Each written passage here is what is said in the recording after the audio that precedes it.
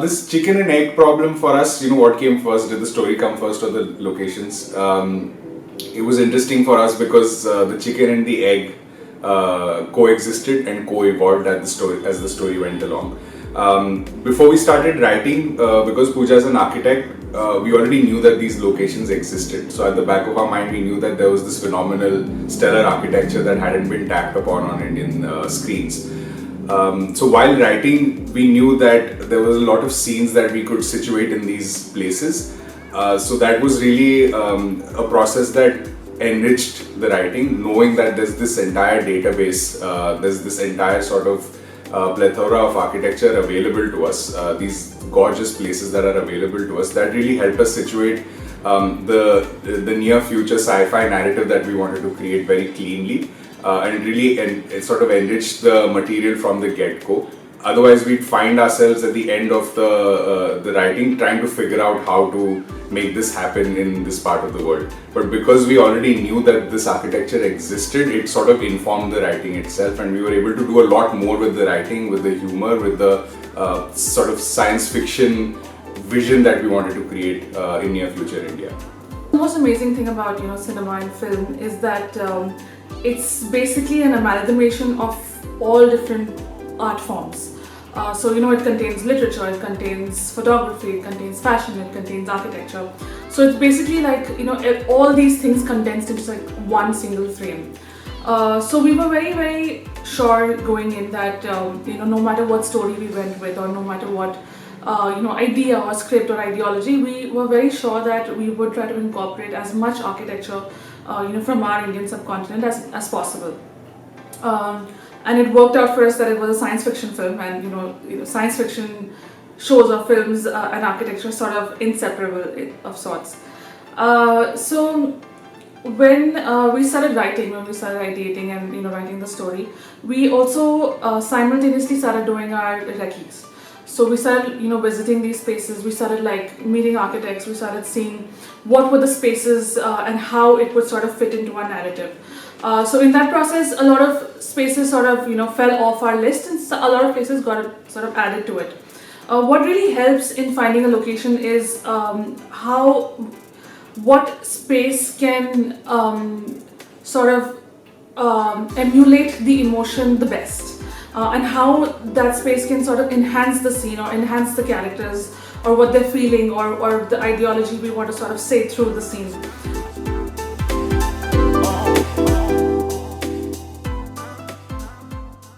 So in film, a lot of information is sort of conveyed non-verbally as well. From the way the light hits the face, it can show a lot of different emotions and different intentions, from the way the space is designed, the way sound sort of works. All of these things are meant to elicit a response in the audience without it being too conscious, without the audience being too conscious of it. So these are like non-verbal cues that people pick up without realizing that they're picking these things up. So it's important to be very aware that you're designing this experience for people. And when you're designing this experience, most of this comes through visually.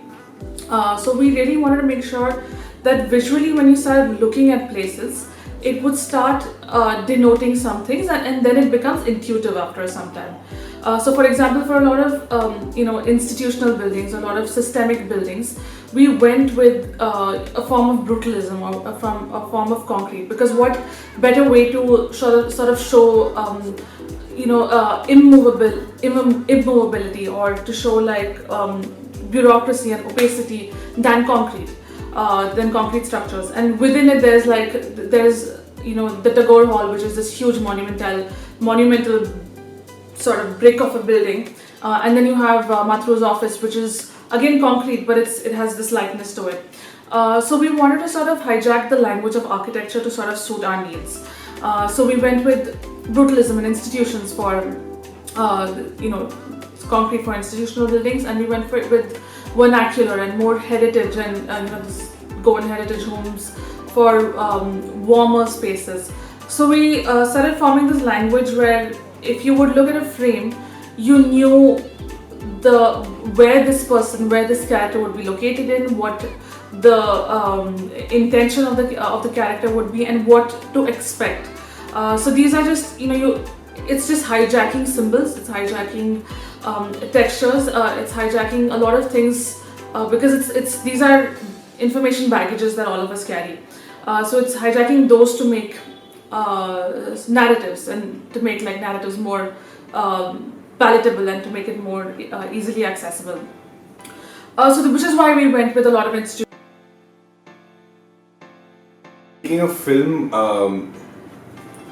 films often have to rely upon shooting inside studios and building sets and simulating real life inside of the confines of a studio.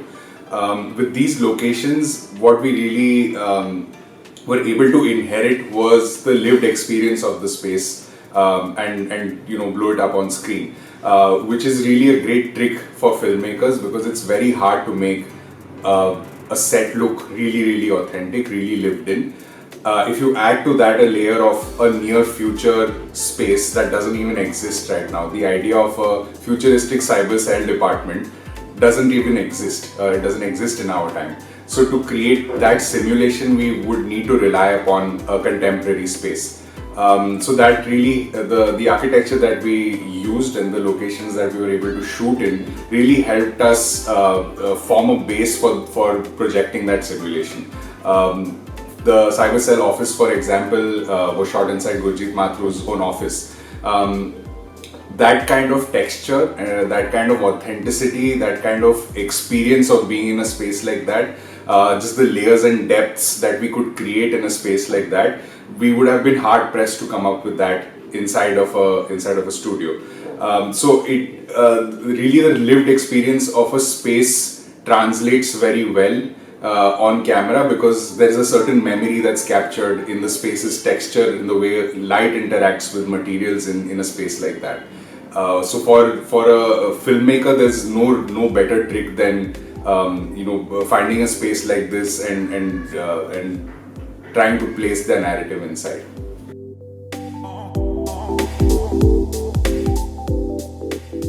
The Gufa was a challenge both on screen and behind the scenes. The challenge off screen was just how many people were crammed into a space like that. It's not designed to hold 150 people, and if you've ever been on a film set, there's just unmitigated chaos, there's crosstalk, there are dozens of groups trying to get their tasks done in a very short amount of time. When so many people interact in a space like that, it just a completely disorienting sort of experience emerges from that. So that's what we went through in the course of that shooting day. For instance, we'd be sitting in a corner somewhere, Pooja and I would be sitting in a corner trying to come up with a shot or trying to design a shot, and we know there are people in the distance talking about what to do next. Even though they were like dozens of meters away, it would feel like they're talking right next to us. It would feel like they're talking right into our ears. That affected every single member of the crew that day. Actors couldn't really remember their lines effectively, because no matter where you were standing in the Gufa, it would feel like somebody was still talking to you. No matter how isolated you made yourself in the location, it felt like people were still engaging with you. And it's very hard to focus, it's very hard to concentrate when that's happening, because you can't think and you can't hear your own thoughts, you're hearing somebody else's thoughts. As disorienting as the off-screen experience was, it really helped us mount the on-screen experience, because in the scene, within that scene, we were trying to pull off a disorienting experience in the first place. We wanted the characters to enter the space and feel a sense of alienation, because they'd never seen a space like that. The space almost existed in a time and space. The space almost existed in a reality that was completely different from ours. We wanted to sort of convey this sense of things being really alien. It felt like the off-screen experience really somehow manifested in the on-screen experience and really helped us convey that sense.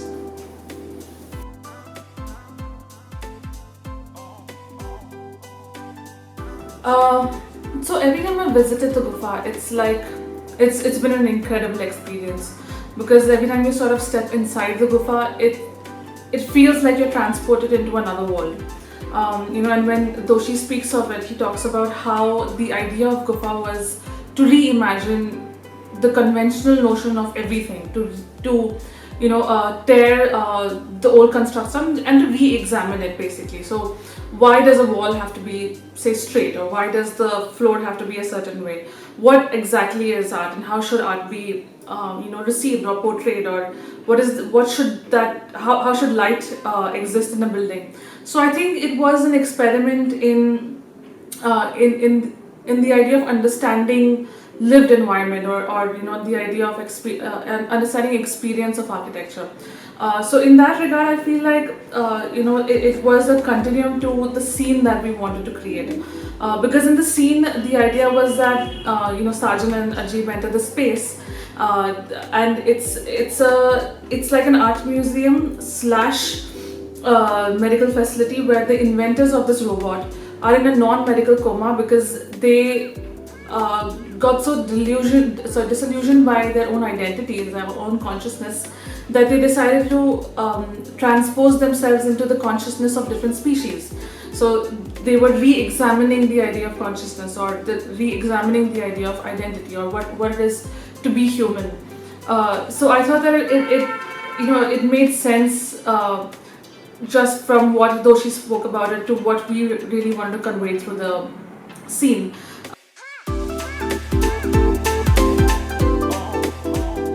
The bulk of our show happens in the cyber cell because it's a detective show, and you see a group of people sort of trying to crack the case and try to figure out who committed the murder. So when we started thinking of spaces for the cyber cell, Gurjeet Mathur's office came up very quickly. It was, he generously sort of gave us a space because we had a heavier schedule there. So we spent the most number of days in his office, and at the same time the office was working. It was a fully functional architectural office. So we had to, so they sort of accommodated us very, very nicely. So we would shoot on one floor, and then the entire office would shift to the above floor. And when we would shoot in the above floor, they would come down. So it was this constant sort of dance that was going on. But it went very, very smoothly. The reason why Mathur's office was like the best office that we could sort of reimagine the cyber cell was because it allowed for a lot of play in light, in texture, and in layering. It really helps when, so the idea of cinema is that you try to create life in its most authentic form, in its most believable form, because what you're trying to create is a fiction. It doesn't exist, and you're trying to convince the audience that, listen, this exists. So having a fully functioning office helps sell the idea that this cyber cell is also a fully functioning office. So that really helps. Then the idea of his entire space sort of works in this long rectangular form. And that allows for layering, so which means that I can have like one character here, another here, another here, another here, and then it forms a sort of the depth is perceived nicely, and it feels more realistic, and it feels more lived in and alive.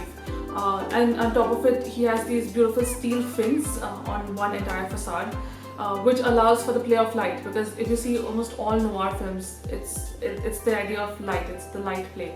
And the way light sort of cuts through these fins and forms like these shadows.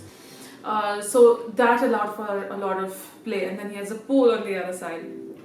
So just as office, I think there were like so many like every nook and corner was something that we could exploit for the film, for the series, for the scenes. And like whatever emotion you wanted to convey, there was a sort of section that we could convey it. Like for the scene where Sajan and Lakshmi think that they've sort of cracked the case, and you see this, it feels like the office everyone has slept, and they are the only two people in the in the office, and it's sort of this intimate moment. Again, the space which is above in Mathur's office, it really works because there is this envelope of steel that sort of engulfs them. So even though it's this very cold material, it gives you the sense of warmth. It gives you a sense of like intimacy and warmth. So it really helped to have just the dynamic nature of architecture that we could use really well in cinema.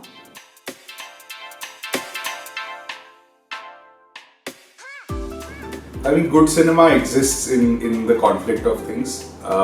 When we looked at the Tagore Hall, when I looked at the Tagore Hall for the first time, it conveyed a sense of grandeur. It felt like the building dominated that landscape, and there's nothing around for miles. There's really nothing else to take in. To create that sense of doom for the character who's going to court and who's going to be tried for crimes, we felt like that was sort of the perfect encapsulation for a character to come up against odds like that. So we felt that really visualized, that really signified the odds that the character was against. And as soon as the character enters the building, they get mired in a maze of bureaucracy. We wanted to create a sort of labyrinthian maze for them to navigate through, and Gandhi Labour Institute helped us realize that completely. So the two images were at odds with each other, but each conveyed a sense of violence. The exterior of the Tagore Hall conveyed a sense of epicness and of scale and of odds that are too large to surmount. And the sort of maze-like interiors of the Gandhi Labour Institute conveyed a maze that you could never possibly find a way out of. So those odds really helped us, and those odds conveyed a conflict that is so fertile for storytelling, and it's necessary for storytelling.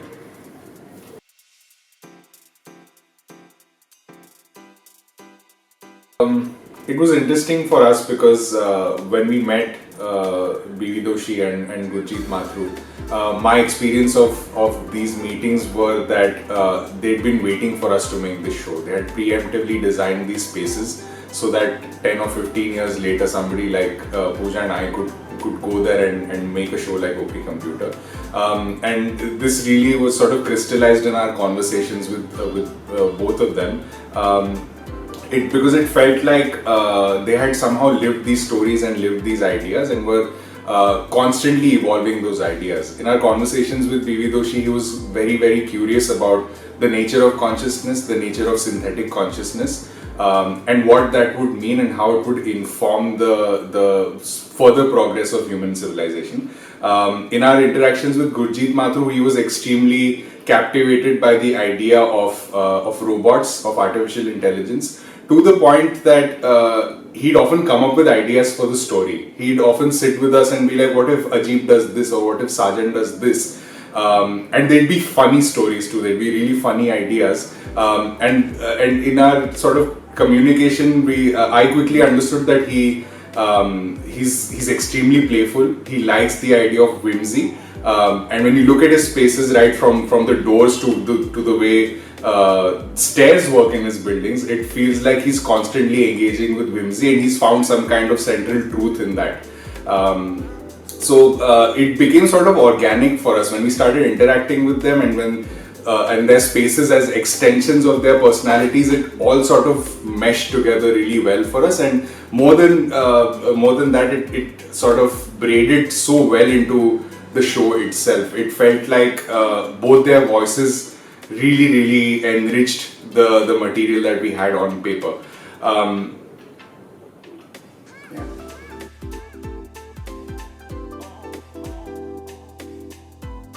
We met a lot of architects, we met a lot of designers and artists, because we really wanted to make it dense with just the culture of our times. So we really we visited a lot of places. We saw a lot of things, and they were very inspiring. But the show, it's weird because no matter what space it is, or how beautiful the design is, or how beautiful a piece of art is, or how beautiful fashion or clothes or anything could be, it has to be subservient to the script. It has to be subservient to what the scene is and what the emotions are. So in that process, we ended up we eliminated a lot and we added a lot. Spaces changed for it, and we kept. It was a very we kept molding that process as we went along. So in that regard, we ended up going with only a few sort of architects that sort of represented the ethos of the film as well, that could sort of reflect what we wanted to say in the film as well. And and it's really interesting because Doshi and Mathur's, we ended up using a lot of Doshi and Mathur's building, and I feel like like they're amazing architects, and they've done really wonderful work, and it feels like the unique thing about them is that it feels it's modern and it's very Indian at the same time, because and these are structures that you don't get to see anywhere. Like if you see any of Doshi's buildings, or if you see Gandhi Railway Institute, the China mosaic that's there everywhere. It's so quintessentially these Indian households that have to be protected by the sun and use these broken China mosaic tiles. So having those elements, and then having very playful elements from Mathuru's office, where again, like Doshi, the idea of what is a door? Should a door be a wooden door, or can an entire segment of concrete wall be the door, and the wooden slab just be an illusion of a door? So those sort of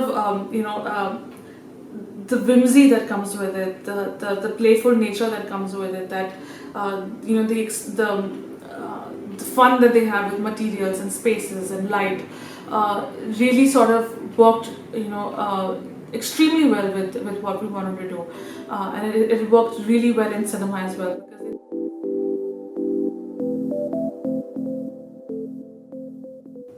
So when you start creating a fictional narrative, and mostly when you start creating a science fiction piece, or a fantasy piece, or anything that's removed from our current sort of reality, we need to start reimagining everything. We need to start setting down what the new normal is, or what is the ordinary day of life for this sort of character, or for this new world, which is when you start you rely heavily on architecture, because you want to sort of denote this new world in a different way possible. Like Black Panther would try to use a lot of cultural elements from their space, and try to create this world that would be believable for this new world of theirs.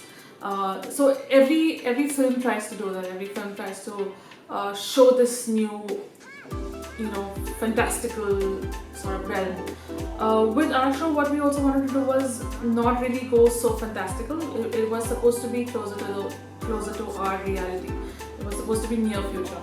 So we really wanted it to be a true sort of representative of how India would be.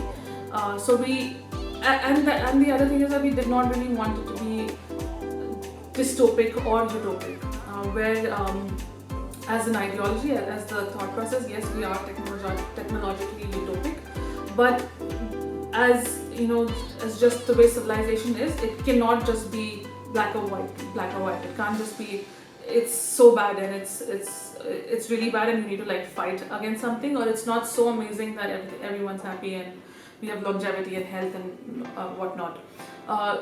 So like our reality, it's mixed. Like there are places where it's really bad and there are places where it's very good, and everything in between. So we were very conscious.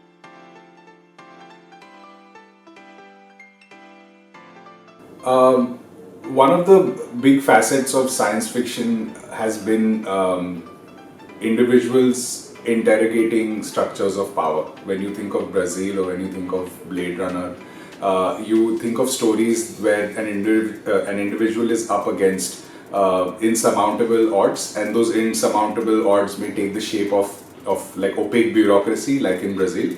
And when you think of something like that, when you think of a violent oppressor whose mode of violence is possibly drudgery, like in Brazil, you try to conceive of imagery that can represent that kind of violence. And that's really the role that brutalist architecture, heavy concrete and steel has played in sci-fi films, because there's no better representative of something like that, of a modern oppressor. Maybe it could be the government, it could be a private organization that's the perpetrator of that oppression. There's nothing better than on cinema, on celluloid, there's really nothing better than heavy concrete and steel to make that representation. So in science fiction, that has been a clean sort of marker of what a character may be up against. When you see that a corporation is housed in a brutalist building like that, it immediately conveys a sense of what the character might expect, what the audience might expect. So these become very clean tools, clean markers for both the makers and the audience to identify things on screen. It's a visual medium, so you want representation to be concise, and you want your stories to be conveyed in as little as possible, because you're constantly negotiating with the economy of time itself and of your messaging. So it plays a very vital, brutalist architecture plays so modern architecture plays a very vital and urgent role in conveying those stories. When we were conceiving of the spaces of OK Computer, we were constantly negotiating this as well. We were looking at cinema from the last 100 years, and we were looking at spy films, and we were looking at science fiction films, and we found this architecture in all the films that we saw. But what we found sorely missing was the representation of that architecture on Indian screens. And not only their representation, but their interpretation and their sort of orientation to our culture. That has been completely missing, and that we haven't done enough of. We need to see more modern architecture. We need to see more postmodern architecture. At this point, it feels like it's an act of courage to be able to see an image like that. So for OK Computer, we thought that we're trying to build a bridge between our contemporary reality and a near future that's completely imagined. Because we've missed these images on screen, because we've missed modern architecture on screen, the very fact that we're able to conceive of Indians living inside spaces or working inside spaces like that is an act of fiction itself, is a big sort of idea in science fiction in India, just because it hasn't been seen before at all. We've never imagined spaces like these. Before we started conceiving of the series, I didn't know these spaces existed. I knew that there was an IIT Ahmedabad somewhere, and there were these. I knew of Chandigarh, but I didn't really. I wasn't able to see these places. I've never seen them on screen at all. I've never seen them in person either.